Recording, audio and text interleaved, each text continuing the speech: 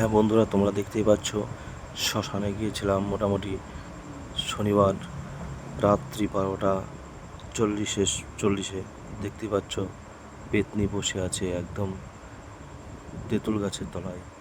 এখানে 3টে পেতনি রয়েছে।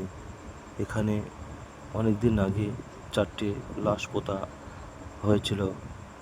বিষ খাওয়া বিষ খেয়ে মারা গেছিল এবং গলায় দড়ি দিয়ে আত্মহত্যা করেছিল। এরকম 3টে লাশ এখানে পোতা হয়েছিল।